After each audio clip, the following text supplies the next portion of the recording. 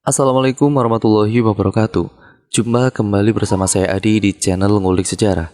Dan pada video kali ini, saya akan kembali lagi membacakan suatu kisah misteri nih teman-teman. Yang kali ini berjudul Permintaan Maaf Terakhir. Cerita pada kali ini itu ditulis oleh Cerita Arwah. Nantinya kalian juga bisa mengunjungi tweet beliau secara langsung ya teman-teman. Yuk daripada kita penasaran dan gak usah pakai lama-lama lagi, kita langsung saja menuju ke ceritanya. Persiapkan diri kalian, karena ceritanya akan saya mulai.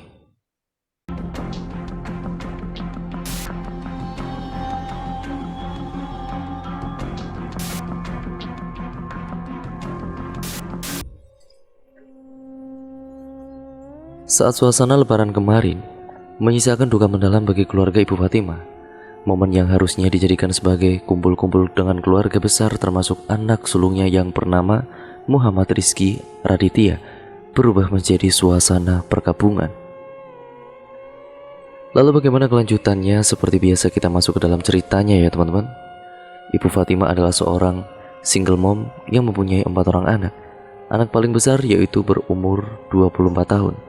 Namanya Muhammad Rizky Raditya. Anak kedua berumur 19 tahun. Namanya Andika Pradana. Anak ketiga berusia 15 tahun, bernama Muhammad Gilang, dari pernikahan pertamanya yang sudah lama kandas. Dari pernikahan kedua, ia memiliki seorang anak perempuan bersama ataupun bernama Isabella Nur Aisyah, yang masih baru berusia 7 tahun. Namun pernikahan kedua juga harus berakhir dengan kematian sang suami, ya akibat sakit COVID-19 tahun kemarin. Sebagai ibu yang membesarkan keempat anaknya itu, Ibu Fatimah sehari-hari mencari nafkah dengan berjualan makanan-makanan keripik yang dijual di toko-toko oleh-oleh kota Brebes. Beruntung anak pertamanya yang sudah besar paham akan tanggung jawab dari ibunya, sehingga setelah lulus SMA, Rizky nekat merantau ke Jakarta mencari pekerjaan yang lebih layak dan membantu meringankan keuangan ibunya. Rizky bekerja sebagai security di salah satu bank, dan selama ia bekerja, Rizky itu tidak pernah telat mengirimkan gajinya untuk ibu serta adik-adiknya. Malangnya beberapa tahun belakangan ini Rizky sudah tidak pernah lagi pulang mudik. Karena saat itu adanya anjuran pemerintah untuk tidak mudik pasca COVID-19, dan juga saat lebaran 2021 kemarin, satu rumah ibunya di kampung terjangkit COVID-19 dan menyebabkan ayah tirinya itu akhirnya meninggal dunia. Karena sudah lama menahan rindu kampung halamannya dan bertemu ibunya, Rizky memutuskan untuk pulang ke kampung halamannya saat menjelang liburan Lebaran tahun 2022. Dari jauh-jauh hari Rizky sebenarnya sudah mengutarakan niatnya itu kepada sang ibu. Namun untuk tanggal pastinya Rizky enggan memberitahukan kapan ia akan pulang. Sebab Rizky berdalih jika ia sedang mempersiapkan kejutan untuk ibu dan juga adik-adiknya. Singkat ceritanya tanggal 27 kemarin Rizky itu sudah mendapatkan jatah cuti lebaran dari perusahaannya selama 2 minggu. Rizky langsung mengemasi pakaian dan juga memasukkan barang-barang yang akan diberikan kepada ibu serta adiknya itu ke dalam tas ranselnya. Di tengah perjalanan, naas motor yang dikendarainya itu oleng dan mengalami kecelakaan tunggal. Di sisi lain Ibu Fatimah heran dan bertanya-tanya kenapa Rizky tidak ada kabar. Terakhir kali ia mendapat WA dari sang anak sulung ketika membangunkan sahur. Selama 2 hari berturut-turut, itu pun Ibu Fatimah selalu memimpikan jika baju sang anak hanyut di sungai. Perasaan Ibu Fatimah semakin tidak karuan yang manakala ia mencoba menghubungi salah satu seorang kerabat kos Rizky yang berada di Jakarta, yang berkata jika Rizky sudah pulang ke kampung halamannya. Nak Ian, Rizky masih ada di kos ndak ya? Sebab kok nomornya tidak aktif. Sudah 2 hari nggak ada kabar nak? Tanya Ibu Fatimah melalui sambungan telepon. Rizky sudah pulang duluan bu. Sebelumnya Rizky berpapasan dengan saya di kos saat mau pulang kampung dengan membawa tas besar.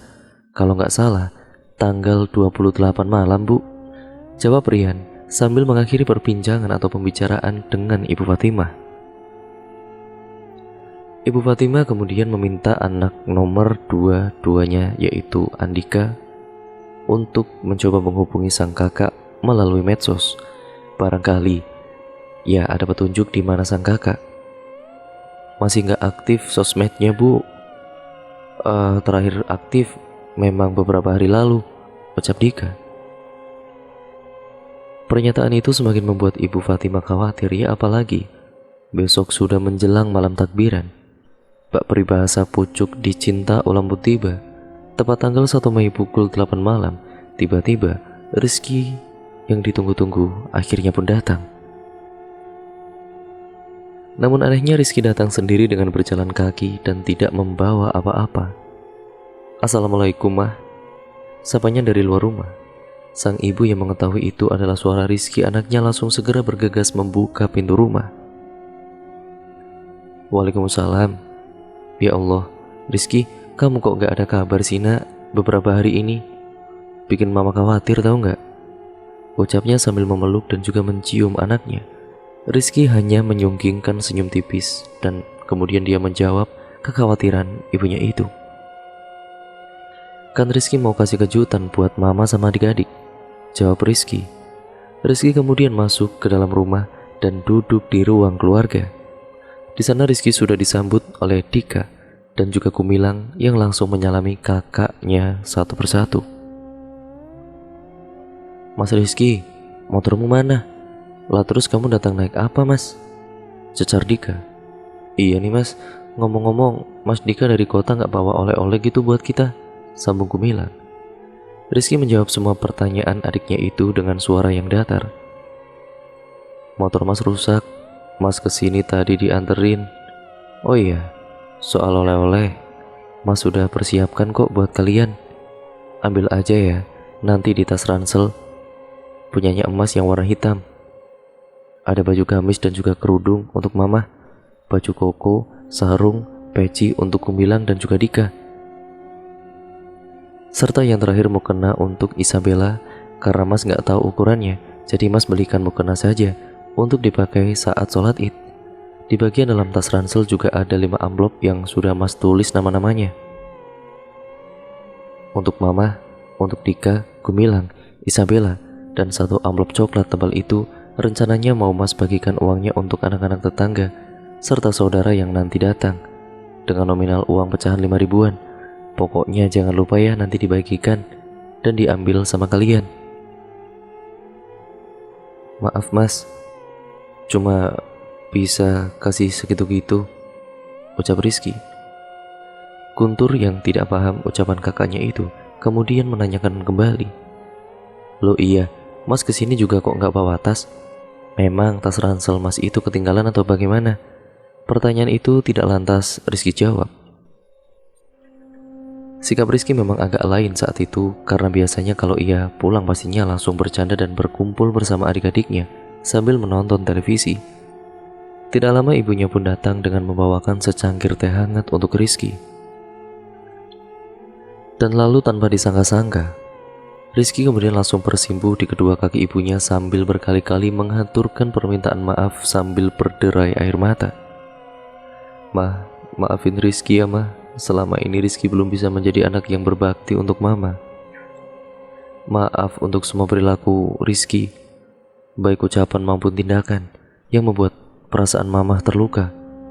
Sang ibu pun merasa terharu melihat anaknya yang tidak biasa-biasanya menangis apalagi di depan adik-adiknya. Loh mas, maaf-maafannya kan besok, kok udah ngeduluin sih? Tanya Dika dengan agak terkekeh melihat tingkah kakaknya itu yang dianggap mungkin aneh. Setelah bermaaf-maafan dengan ibunya, kini Rizky yang masih berderai air mata memeluk adiknya satu persatu sambil mengusap-ngusap kepala adiknya. Sama halnya dengan perlakuan kepada sang ibu, Rizky pun bermaaf-maafan kepada adik-adiknya. Sesudahnya Rizky memanggil Dika dan juga Gumilang ke dalam kamar untuk bercerita. Kalian berdua harus bisa bertanggung jawab. Kalian harus bisa diandalkan. Jangan membebani mama, karena mama sudah sering sakit-sakitan dan umurnya juga sudah semakin menua. Kalian harus bisa menjaga adik kalian Isabella. Walaupun hanya adik tiri, namun bagaimanapun itu adalah adik kita. Mas habis ini mau pergi, makanya Mas sudah ngedahuluin permaaf-maafan dengan mama dan juga kalian sebelum hari lebaran. Ingat terus ya pesan Mas, ucap Rizky di dalam kamar dan langsung beranjak pergi.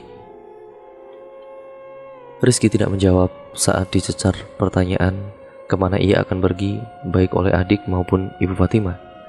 Rizky hanya berpesan jika ia akan segera pergi lagi karena sudah ditunggu. Kemudian sekepergian Rizky, baik Dika, Gumilang, serta Ibu Fatimah hanya bisa saling bertanya-tanya kemana kakaknya itu pergi karena waktu sudah menunjukkan hampir jam 10 malam. Oh, mungkin Mas mau ada acara motor dulu kali. Terka Andika yang baru teringat jika sang kakak pernah bercerita dia mengikuti salah satu komunitas motor. Saat tiba pukul 11 malam kembali, rumah Ibu Fatimah didatangi tamu yang tidak dikenali. Begitu pintu rumah dibuka, di hadapannya kini ada dua orang bapak-bapak bertubuh tegap dengan nada yang lugas langsung mencecar Ibu Fatimah dengan berbagai pertanyaan. Assalamualaikum, selamat malam. Apa benar ini rumah dari saudara Muhammad Rizky Raditya? Tanya salah seorang bapak tersebut. Waalaikumsalam, iya betul pak, itu anak saya. Ada perlu apa ya pak? Jawab Bu Fatimah dengan heran. Bu, mohon maaf sekali sebelumnya. Anak ibu sudah meninggal dunia. Sekarang jenazahnya ada di rumah sakit terdekat. Sebelumnya maaf ya bu, kami terlambat memberitahukan kejadian naas ini karena kami agak kesulitan menyelidiki identitas korban sebab dompet dan juga handphone korban hilang saat kejadian. Ibu bisa kan sekarang ikut kami menjemput jenazah anak ibu? Sontak saja kaki Ibu Fatimah seketika lemas dan ia pun terjatuh pingsan. Terakhir diketahui dua orang tersebut adalah oknum pihak kepolisian. Karena kondisi Ibu Fatimah yang tidak memungkinkan, akhirnya Gumilang dan juga Andika lah yang menjemput jenazah dari sang kakak yang berada di ruang jenazah rumah sakit. Gumilang serta Andika pun diberikan tas ransel milik dari almarhum Rizky yang masih terselamatkan ataupun tidak hilang dicuri. Dengan bercucuran air mata, Dika sang anak kedua melihat-lihat kembali isi tas ransel milik kakaknya itu. Dan ternyata benar saja yang disebutkan oleh kakaknya tadi, jika ada barang-barang yang akan diberikan untuknya dan juga ibunya. Amplop uang lebaran pun masih ada tersimpan di dalam tas, walaupun handphone berikut dompet milik almarhum telah raib dicuri oleh manusia setengah binatang. Bunyi sirine mobil jenazah itu pun dini hari saling bersahutan dengan suara gema takbir. Para warga yang kebetulan masih belum tertidur pun ia segera melihat ke arah rumah Ibu Fatimah. Penasaran dengan apa yang terjadi tidak terkecuali Ibu Asti dan juga suaminya Pak Hairudin. Mereka lantas langsung menghampiri rumah Ibu Fatimah dan akhirnya mereka mengetahui jika anak sulung dari Ibu Fatimah telah meninggal dunia. Entah bagaimana perasaan Ibu Fatimah saat itu kala melihat jenazah anak yang diturunkan dari mobil jenazah dengan sudah tidak bernyawa. Beruntung karena mempunyai tetangga-tetangga yang benar-benar peduli. Di malam hari itu pula, baik Pak Hairudin dan juga beberapa warga lain dengan sigap membantu Ibu Fatimah dengan keadaan yang sudah sangat lemas. Jenazah dari Rizky ini langsung dimakamkan saat itu juga, karena jika dibesokan takutnya akan terbengkalai karena warga akan sibuk bersalam-salaman kepada tetangganya atau bahkan saudaranya setelah sholat Id. Ibu Asti dan juga suaminya terus menemani di rumah Ibu Fatimah sampai menjelang pagi. Mereka khawatir dengan keadaan Ibu Fatimah yang begitu sangat terpukul. Adik-adiknya pun tidak menyangka jika kakak mereka akan meninggal secepat ini. Andai saja mereka tahu jika kedatangan Rizky tadi adalah penyampaian maaf yang terakhir, mungkin mereka akan lebih lama memeluk kakaknya itu untuk terakhir kalinya. Suasana lebaran yang harusnya disambut penuh bahagia kini menjadi kejadian yang benar-benar menjadi duka yang mendalam ataupun duka yang luar biasa bagi Ibu Fatimah. Ibu Fatimah bahkan sampai tidak mau makan dan tidak mau tidur karena masih memikirkan anak sulungnya tersebut. Ternyata benar ucapan sang anak jika ia akan pulang membawa kejutan bagi ibu dan adiknya, dan ternyata kejutan itu adalah berita kematiannya dan juga permintaan maaf terakhir. Setelah keadaan Ibu Fatimah sudah lebih stabil, ia baru bisa menceritakan semua kejadian naas itu kepada Ibu Asti serta Pak Hairudin dengan air mata yang bercucuran sangat deras. Mendengar kisah pilu tersebut, Ibu Asti hanya bisa mencoba menguatkan Ibu Fatimah sambil mengusap-ngusap pundaknya. "Ikhlaskan ya Bu, ikhlaskan saja Bu. Semuanya yang ada di dunia ini adalah titipan Allah Subhanahu wa Ta'ala, termasuk nyawa manusia juga. Jika Allah sudah menghendaki untuk mengambilnya, ya kita sebagai manusia harus ikhlas," ucap Ibu Asti menyemangati Ibu Fatimah pada kala itu. Dan cerita pun akhirnya selesai sampai di sini ya teman-teman. Bagaimana menurut kalian cerita pada treat horor kali ini yang karyanya dari cerita arwah? Ya menurut saya benar-benar kisah yang sangat memilukan. Ya karena apa ya? Suasana lebaran itu kan merupakan suasana hari berkumpul keluarga dan harusnya dirayakan dengan penuh sukacita. Tapi ini malah sebaliknya. Yang didapat oleh Ibu Fatimah sekeluarga malah berita duka yang benar-benar sangat memilukan. Cerita pun ya berakhir sampai di sini ya teman-teman. Menurut saya ceritanya benar-benar sangat sedih. Oh ya, jangan lupa untuk kalian komen di kolom komentar ya teman-teman. Menurut kalian bagaimana nih cerita pada kali ini? Dan jangan lupa pula untuk kalian like juga share video kali ini sebanyak-banyaknya agar channel ini bisa berkembang menjadi channel yang benar-benar menjadi lebih baik lagi. Dan jangan lupa pula untuk kalian klik tombol subscribe serta nyalakan tombol lonceng notifikasinya untuk kalian yang baru mampir di channel ini. Ya supaya kalian tidak ketinggalan video-video menarik selanjutnya ataupun treat-treat horor yang benar-benar bagus selanjutnya dari channel ini. Sekian dan terima kasih, sampai berjumpa di video yang selanjutnya ya teman-teman. Seperti biasanya kurang lebihnya mohon maaf apabila banyak salah kata ataupun narasi saya yang mungkin kurang jelas ya, ataupun kecepatan ataupun kelambatan. Saya mohon maaf sebesar-besarnya. Dan jangan lupa pula ambil sisi positif ataupun hikmah dari setiap cerita yang saya bawakan di channel ini ya teman-teman. Yang baik kalian ambil, yang buruk tentunya kalian buang jauh-jauh. Dimanapun kalian berada, semoga kalian tetap hati-hati dalam menjalani hidup ini ya teman-teman. Sekian dan terima kasih, sampai berjumpa di video terbaru selanjutnya. Wassalamualaikum warahmatullahi wabarakatuh.